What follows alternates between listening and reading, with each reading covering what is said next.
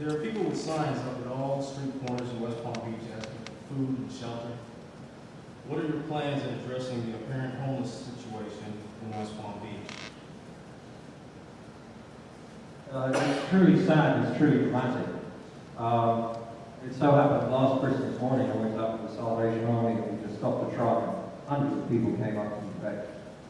We do have a dramatic problem.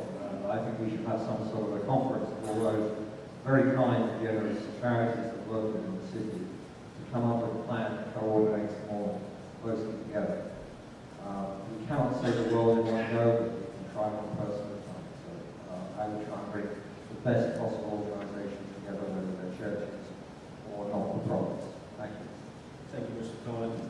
Mr. James, what do you feel would be the most effective way to address the high crime areas in West Palm Beach? I believe the most effective way to deal with the high crime areas is to improve the economic climate in those neighborhoods.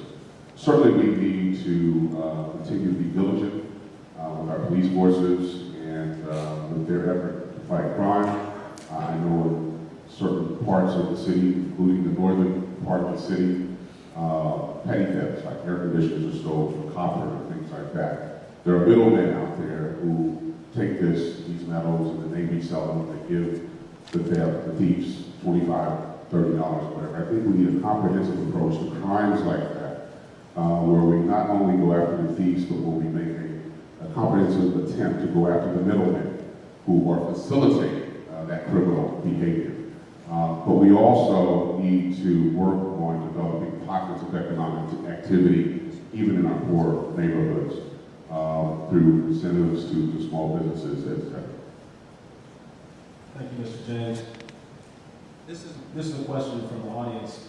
What specific actions would you support to continue the current revitalization efforts in the Northwest community? Mr. Cohen?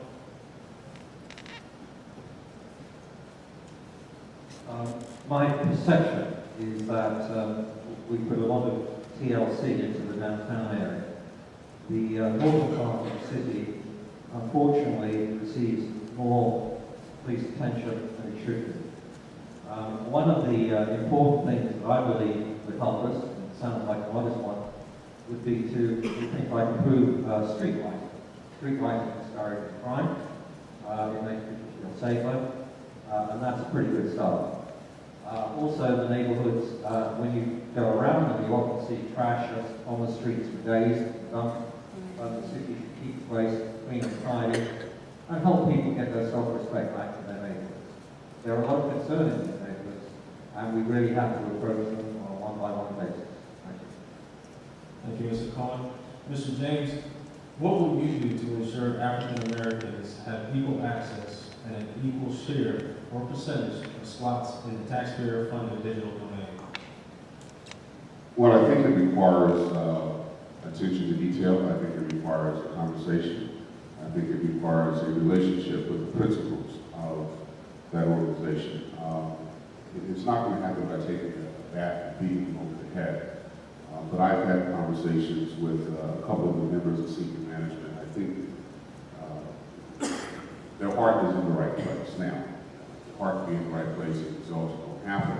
So we have to be diligent. We have to be persistent in our monitoring of the progress that they are making. But I think a heart-to-heart conversation with them to get them to understand that the entire community should be benefiting from the digital domain effort, not only certain segments, particularly in the construction industry. Hopefully, we can encourage them to use minority contractors and other minority vendors for part of their services. And it's just a matter of paying attention to detail, being persistent. Thank you, Mr. James. Now, if you would, give a brief 1-minute conclusion or closing statement, each of you. Mr. Cohen, you first.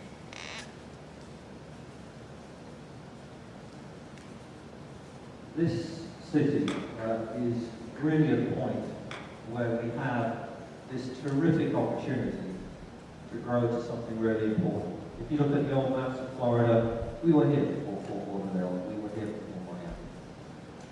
We don't need to just survive. Let's make this a really strong city. I think we really have the potential to do it. We need that little bit of energy, a little bit of movement, and it doesn't mean just the commissioners and the mayor. It means the whole city getting engaged in helping ourselves grow and become stronger. I think it's the city a great opportunity, and I hope that I can help all that legacy. Thank you, Mr. Paul, Mr. James. Thank you. Again, I want to thank you for all of you for spending the time to educate yourself about the process. As you are making a decision about who should sit in that commissioner seat, some of the characteristics I think that you should be looking for are engagement, ability to articulate, ability to digest reams of information. The city budget itself is over 700 pages, so you're going to need someone who can digest and process that information on a quick basis, ask the hard questions, and advocate for certain positions. Also someone who has some experience with providing leadership in this particular community. I've been here for 23 years. I already have working relationships with the city commissioners, Commissioner Robinson, Commissioner Mitchell, Commissioner Moss. I can hit the ground running when it comes to working with my colleagues on the bench. That's very important at the bench. It's on the dais. Very important. And I would hope that you would consider me to be the next commissioner of District 4 because I do possess those qualities and characteristics. Thank you very much.